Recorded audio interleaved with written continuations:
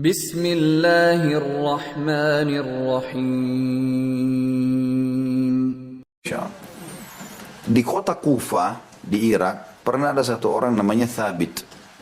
Thabit ini orang biasa, miskin, tapi solehnya luar biasa. Dia rupanya satu waktu lagi jalan di jalan Kufa, kemudian dia lewat di depan kebun apel. Jatuh apel, ada apel matang jatuh. Dia lihat di pinggir jalan, diambil dimakan sama dia. Waktu dia makan, sebentar, belum selesai.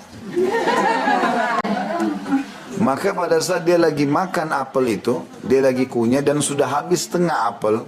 Ada yang masuk ke perutnya, ada yang masih di mulutnya, ada yang masih dipegang sama dia.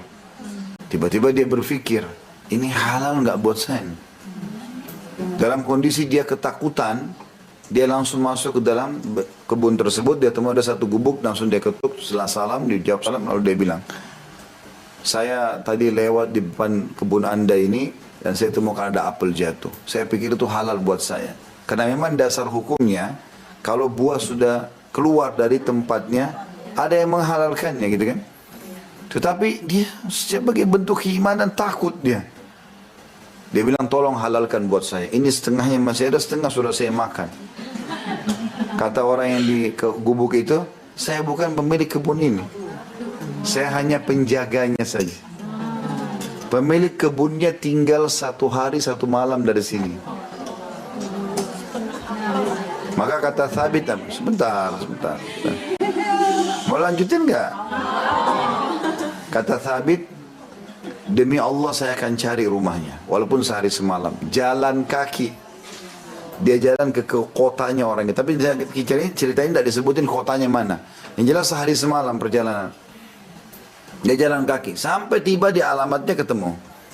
Dia ucapin salam, dijawab. Rupanya orang ini orang kaya raya. Terkenal di sana. Lalu kemudian dia sampaikan. Dia masih pegang setengah apel yang sudah mulai busuk itu. Dia bilang, saya seorang penduduk Kufa. Keadaan saya sebenarnya miskin. Tapi saya sempat lewat di depan kebun anda, ada apel jatuh. Dan saya rasa itu halal buat saya, maka saya makan. Tapi setelah setengah saya makan, ternyata saya khawatir ini tidak halal buat saya. Saya tanya penjaga kebun anda, dia katakan anda tinggal sehari semalam. Saya jalan kaki ke sini. Hanya minta tolong halalkan satu apel ini. Apa kata orang itu? Saya akan maafkan kamu tapi dengan satu syarat. Kalau kau penuhi ini, saya akan kasih. Kau nikahi anak saya. Bentar, belum selesai. Tapi, bentar. Cuma dia bilang, tapi saya perlu jelaskan kepada kau sifat anak saya ada 4. Yang pertama buta matanya, nggak melihat. Yang kedua tuli telinganya, nggak melihat. Yang ketiga bisu, nggak bisa ngomong. Yang keempat lumpuh total, nggak bisa bergerak. Kata Thabit, kalau seandainya itu syarat dari anda, tidak bisa negosiasi, supaya halal apel itu saya nikahi. Lillahi ta'ala sudah. Yang penting halal dulu apel ini. Hanya karena itu saja, apel. Akhirnya dinikahkanlah oleh orang tuanya si perempuan tersebut. Dia bilang begitu saya masuk di kamar istri saya. Yang pertama saya ucapin salam. Assalamualaikum warahmatullahi wabarakatuh. Istri saya jawab. Loh, tadi katanya bisu. Kau bisa jawab ini? Terus dibilang juga dia tuli. Dia jawab berarti dia dengar. Berarti dia sudah terjawab. Lalu kemudian saya mendekat ke dia, lalu saya ulurkan tangan saya. Istri saya berdiri dan salaman. Berarti nggak lumpuh dan juga tidak buta. Karena dia lihat gitu kan. Lalu dia mengatakan, subhanallah. Ayahmu mengatakan kau buta tidak melihat. Tuli nggak mendengar. Bisu nggak bisa ngomong. Dan kamu lumpuh. Tapi semua itu tidak ada. Dia bilang, ayah saya benar. Mata saya buta dari semua yang haram. Karena nggak pernah saya lihat yang haram. Telinga saya betul tuli dari apa yang Allah haramkan. Saya tidak pernah dengar dari kecil sesuatu yang baik. Lisan saya memang bisu. Tapi karena tidak pernah mengucapkan kecuali zikrullah, tanya kabar orang, baca Quran. Dan saya lumpuh kaki saya dari pergi ke tempat-tempat haram. Dan perempuan ini rupanya pakai cadar.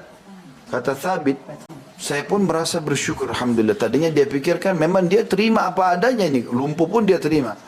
Dia bilang, begitu saya buka acaranya, saya temukan dia wanita tercantik dan sangat baik. Maka dari pernikahan tersebut lahirlah seseorang yang bernama Nu'man bin Thabit. Ini adalah Abu Hanifah rahimahullah. Salah satu dari 4 imam madhab yang masyhur.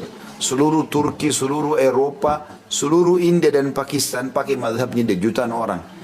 Bukankah Abu Hanifah lahir dari seorang ayah pemilik sperma yang tinggalkan apel haram tadi? Gara-gara itu Allah berkahi semuanya. Jadi meninggalkan yang haram itu luar biasa. Ya, manfaatnya besar. Jangan ambil yang bukan hak kita. Allahu a'lam. Baik, itu saja, sudah 11:30, mudah-mudahan bermanfaat. Subhanakallahumma bihamdika asyhadu an la ilaha illa anta astaghfiruka wa atubu ilaik. Wassalamualaikum warahmatullahi wabarakatuh.